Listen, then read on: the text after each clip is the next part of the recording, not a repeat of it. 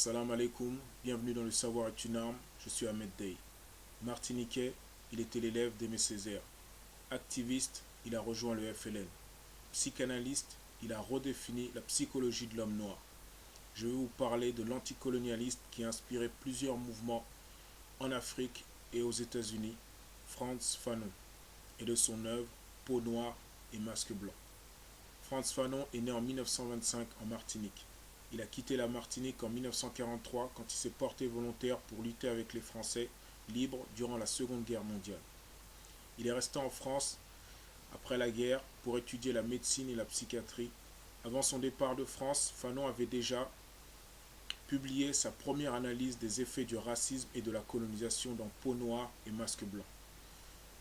Initialement intitulé Essai pour la désaliénation des Noirs, qui est en deux parties, une partie manifeste et une partie analyse.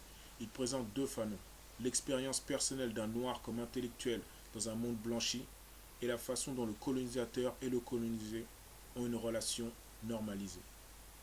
Pour Fanon, être colonisé par la langue a une plus grande implication sur la conscience. Parler français signifie que l'on accepte, ou qu'on est contraint d'accepter, la conscience collective des Français qui identifie noir avec le mal et le péché.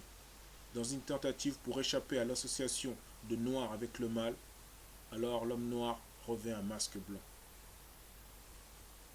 Frantz Fanon meurt à l'âge de 36 ans, d'une leucémie après avoir été membre du FLN pour la libération du peuple algérien.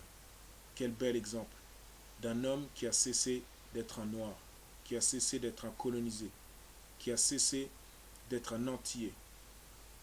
Il est mort comme un être humain, dans toute sa dignité. Que la paix soit sur vous. Assalamu alaikum.